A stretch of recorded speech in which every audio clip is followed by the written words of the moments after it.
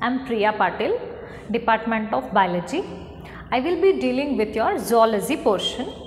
For this year, some topics are retained and some units are deleted. Today we are going to discuss unit number 1. In the first unit you have 4 chapters. The third chapter is human reproduction. Let us study human reproduction. Before we study human reproduction, let us know what is reproduction.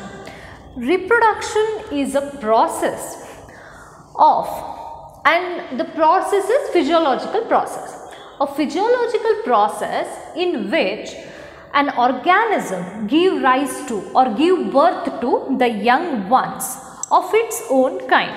Okay. So, we have mentioned the young one of its own kind because as you know, the cat gave rise to kitten and the dog gave rise to a puppy, but never the vice versa. The dog will never give rise to kitten and the cat will never give rise to a puppy. That's why specifically the sentence is mentioned that young one of its own kind. So, the reproduction is a physiological process in which an organism gives birth to the young ones and of its own kind, right. So, there are mainly 2 types of reproduction. You have studied the sexual reproduction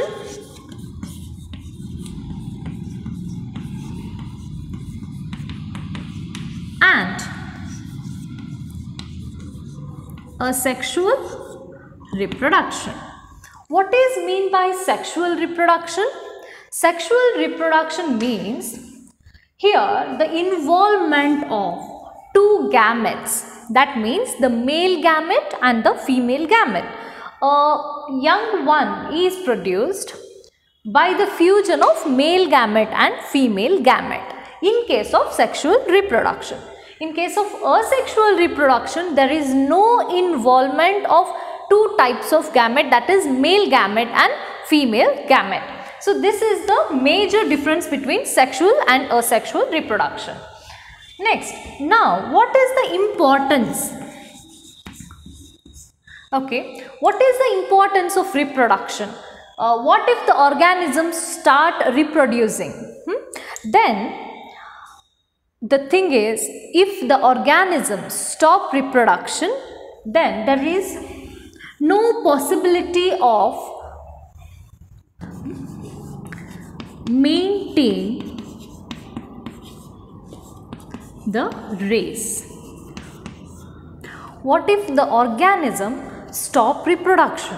Then there will be no maintenance of race. So, each and every organism on the earth reproduce to maintain its race. And also you have learnt in the previous year, that is in the first PUC, that each and every organism is having some living characters, right. So, to say the organism is living, the reproduction is also one of the characters to be considered. So, reproduction is a character of living organisms, we can say. Next is, when we talk about human reproduction, let us study human reproduction. Humans are dimorphic.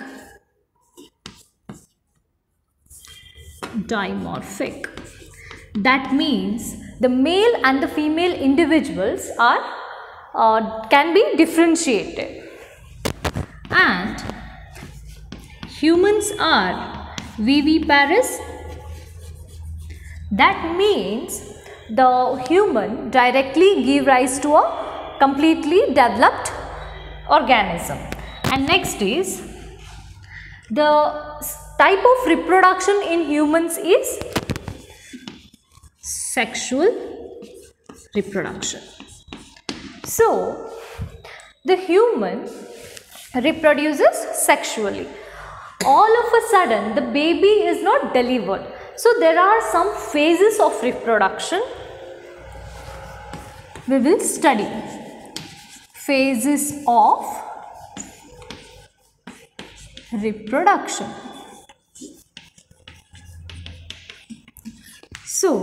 the first phase or the first step of reproduction is gametogenesis. Gametogenesis. What is mean by gametogenesis? The word itself says, the first word is gameto and the next is genesis. Gametegenesis means formation. So, gametogenesis is a process where the gametes are formed. So, there are two types of gametes, you know, the male gamete and the female gamete. The male gamete is always in humans, the male gamete is called as sperm and the female gamete is called as ovum or egg. Okay. So, the first step, the very first phase of human reproduction is gametogenesis. What is gametogenesis? Formation of, the process of formation of gametes is called as gametogenesis. So, the sperm, the male gamete is sperm and the female gamete is egg or ovum. So, the formation of sperm is called as spermiogenesis and the formation of egg is called as oogenesis. Next step is insemination. What is mean by insemination? So, already in the first phase, the male gamete and the female gamete is formed in the male body and female body. So, in the second phase, that is insemination. What is mean by insemination? The transfer of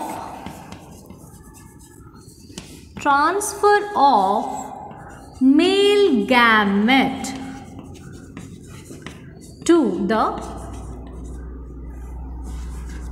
female reproductive tract. So, once the sperm is formed and the egg is formed, then the transfer of this sperm to the female body or the female reproductive tract is called as insemination. So, in the third step, fertilization. So, what is mean by fertilization? Fertilization means the fusion of male gamete and the female gamete. That is nothing but the sperm and egg, where the fusion takes place. Fertilization means the fusion of male gamete and the female gamete is called as fertilization.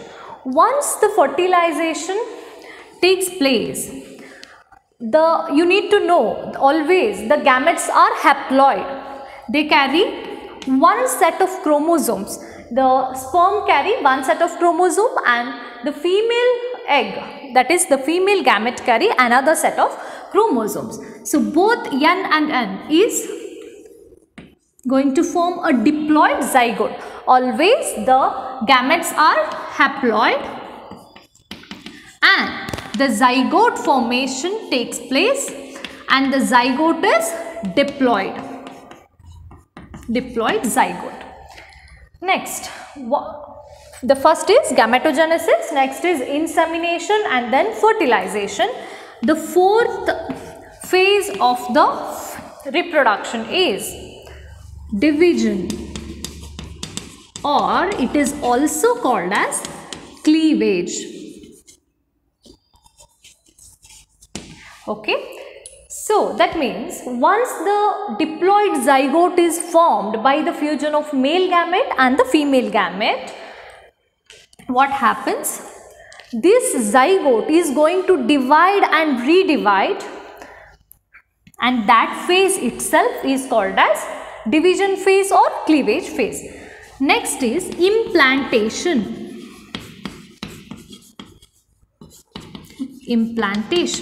Implantation means the zygote which is dividing or which is undergoing cleavage is going to attach itself to the uterine wall. Attachment of zygote to uterine wall of a female. So you need to know where this zygote development, the further zygote development takes place in the uterine wall. So this zygote need to be attached to the uterine wall, and the implantation means the zygote which is undergoing division or cleavage is going to attach itself to a uterine wall. That itself is called as implantation. Once the implantation took place, what happens? The placenta formation takes place, through which the placenta is nothing but the connection or the connecting link between the mother body and the fetus. And once the implantation takes place, the placenta formation takes place, and then the organogenesis takes place. That means the formation of different organs in the fetus, digestive system, all the things. So once all the organ formation is done and the fetus is completely developed, then parturition. It is the parturition.